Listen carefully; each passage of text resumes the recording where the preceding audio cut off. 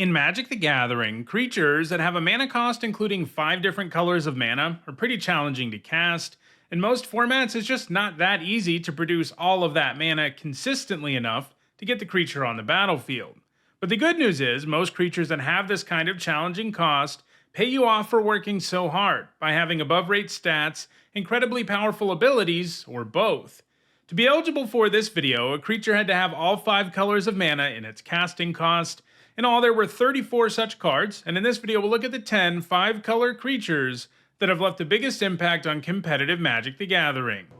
This video is sponsored by Card Kingdom. If you want Magic singles or sealed product, use my link in the description.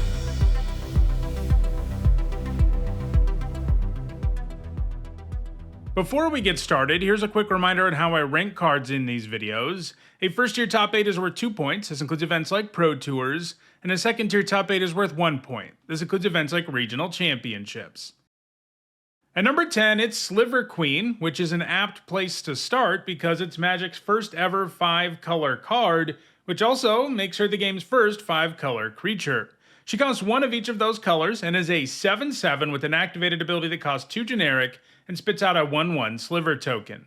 The Queen is absolutely massive for a 5-mana creature, especially for 1998, and once in play, her activated ability is a great place to sink your mana, since she could easily take over the game with all those bodies. This was all the more true if you were playing her with other Slivers, which would grant both her and all her tokens stats boosts and various other buffs. Her one and only top 8 came at Pro Tour Chicago in 1999, where she appeared in a Survival of the Fittest deck. The deck was filled with lots of singleton utility creatures who were valuable in a particular situation, so they could be grabbed when needed with survival, like Uktabi Orangutan and Monk Realist. And Sliver Queen was the deck's biggest threat. You could grab her when you actually had the mana to cast her, and once you did, you could run her out there to take over the game. While the deck didn't have any other Slivers, it did have various payoffs for going wide, like Trade Wind Rider and Opposition, both of which are good at locking the opponent out of the game by tapping extra creatures. However, that was ultimately Sliver Queen's only top 8, and she's likely to be surpassed by some future 5-color creatures.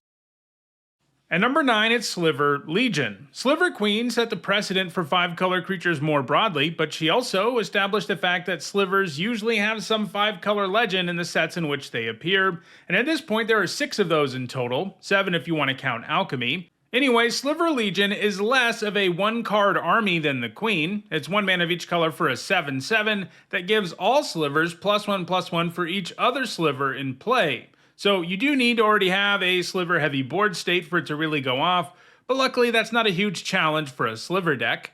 In Time Spiral Block Constructed, it was played in a Wild Pair Sliver combo deck. If you have Wild Pair in play and you play a creature, you get to search your library for a creature with the same total power and toughness and put it on the battlefield. The deck consisted almost entirely of 1/1 and 2/2 Slivers, so they all tutored stuff up for you directly to the battlefield. Used correctly, this could let you really rip through your entire deck and win the game. The deck's main combo pieces were Wild Pair, Dormant Sliver, Reflex Sliver, and Gemhide Sliver. Getting those into play was made a lot easier by Wild Pair, and once you had those 3 Slivers and the enchantment in play, you would be drawing tons of extra cards, since every Sliver you played would trigger Wild Pair and Dormant Sliver. Because you had Gemhide Sliver and Reflex Sliver in play, all of your Slivers would produce mana immediately, letting you play more Slivers, which in turn drew you more Slivers. Eventually, you would need Frenetic Sliver so that you could get rid of Dormant Sliver, removing Defender from all of your Slivers, and then you could swing for lethal with your Sliver army. Sliver Legion could make sure you could do lethal on that turn in almost any scenario. It's also seen occasional play in Modern, including in a fairly straightforward Sliver aggro deck and a more complicated Sliver Reanimator deck that look to bring back Morophon and name Slivers, and then cast Slivers for free like the Legion and the First Sliver, which would also give all of your free Slivers Cascade. This deck never caught on in a huge way in Modern though, as there are less convoluted Reanimator decks out there, and Sliver Legion doesn't have any top 8 since 2024. At number 8, it's Jodah the Unifier. For 1 mana of each color, he's a 5/5, and he gives legendary creatures you control +X/+X, where X is the number of legendary creatures you control, and this counts himself, so he's effectively a 5 mana 6/6, And the legendary payoffs don't end there, because when you cast a legendary spell, you exile cards from the top of your library until you exile a legendary non-land card with lesser mana value, and you can cast that card without paying any cost. So if you have lots of legendary creatures, Jodah the Unifier is an absurd card between the mass buff and free cards it gives you. Unsurprisingly, Jodah has been played in 5-color legend decks, which were a factor in standard every now and then. These were aggro decks which ran lots of cheap legends to make the buff massive, and stuff like Plaza of Heroes and Relic of Legends made it very easy for you to be a 5-color deck that could just play all the best aggressive legends around and easily cast Jodah. However, Jodah has since rotated out of standard and currently doesn't have a home in any format. At number 7, it's Marina Vendrell. For 1 mana of each color, she's a 3/5, and when she enters, you reveal the top 7 cards of your library and put all enchantment cards from among them into your hand, and the rest in the bottom of your library in a random order. You can also tap her to lock or unlock a door of a room you control. She has the worst stats of any card on this list, but her enters trigger has the potential to draw you lots of cards, and should any of those enchantments be rooms, there's potential for even more value. All of Marina's points have come in Pioneer Enigmatic Incarnation decks. That enchantment lets you sacrifice an enchantment at your end step to tutor up a creature card with mana value equal to 1, plus a sacrificed creature's mana value, and put it on the battlefield. You can see that Marina would fit nicely in a deck with lots of enchantments, especially when she can be tutored up when what you really need are even more enchantments, or perhaps you have Roaring Furnace, Steaming Sauna in play and want to unlock one of the rooms, or relock the furnace so you can unlock it again to get another removal spell. While enigmatic incarnation decks are still a thing in Pioneer, using Marina Vendrell hasn't become commonplace, and so far she doesn't have any top 8s in 2025. At number 6, it's Horde of Notions. For 1 mana of each color, it's a 5/5 with Vigilance, Trample, and Haste, and you can pay 1 mana of each color to play an elemental from your graveyard without paying its mana cost. So you get a creature that's big and imposing in its own right, and you can also use it to reanimate elementals, which can be pretty powerful, especially if you're out of gas. It first saw play in Lorwyn Block Constructed, where it appeared, as you'd expect, in an elemental deck, but then it went idle for a really long time, before briefly seeing some play in Modern in 2021, once again in elemental decks. During this time, elemental decks powered by Risen Reef were doing really well in Modern, and the printing of Modern Horizons 2 Incarnations gave you even more incentives to play creatures with the type. Not all versions of the deck were 5-color, but the ones that were like to use Smoke Braider, which made it easy to have the mana you need even to cast Horde of Notions. While elementals have continued beyond 2021 in Modern, they have taken a pretty big step back, and when the deck is played, Horde of Notions isn't part of it. Now that I've told you about Horde of Notions, let me tell you about something I want to have hordes of: subscribers. I'm getting very close to 100,000, and I'd really appreciate your help in getting there. Even if you think you're already subscribed, do me a favor and double check, because more than half of my viewers aren't subscribed. At number 5, it's Reaper King. It's an artifact creature that costs 1 mana of each color, but because the mana is hybrid with generic mana, you can also pay 2 generic instead for any number of those colored mana symbols, making him a little more flexible than the other cards in this list. He's a 6/6 that gives all of your other scarecrows +1/+1, and whenever another scarecrow enters under your control, you get to destroy target permanent. Yeah, this is a crazy strong scarecrow payoff, and one that goes great with literally every scarecrow in the game. However, so far, there's never been a viable Scarecrow deck in any 60-card format, and Reaper King typically hasn't been a card anyone ever casts. Instead, its top 8s in Vintage have all come as a result of its unique mana cost. After all, it's all 5 colors, and has a mana value of 10, and there are lots of ways to take advantage of those things. Most notably, Reaper King's 5-color identity allows it to be exiled to pay for any pitch spell, like Force of Will and Grief. Having one card that can help you cast all of those for no mana is great in a format that features lots of pitch spells. Reaper King sees play in graveyard decks like Bizarre Aggro and Dredge, both of which are decks that run very few to no lands, so having free spells is really important. It's also been used in Vintage Infect decks, which also take advantage of the King's incredibly high mana value.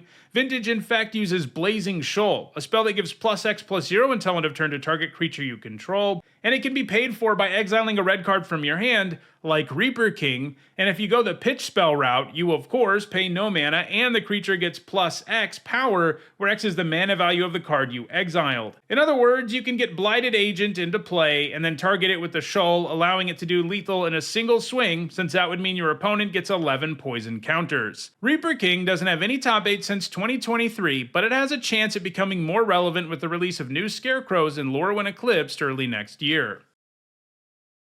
At number 4, it's Chromanticore. It has a distinction of being the only non-legendary and only enchantment creature on this list. For 1 mana of each color, it's a 4/4 with flying, first strike, vigilance, trample, and lifelink, and it also has bestow, which means you can cast it as an aura, and it becomes a creature again if it's not attached to a creature. The bestow cost here is 2 generic and 1 mana of each color, and the enchanted creature gets +4/+4 and has those keyword abilities.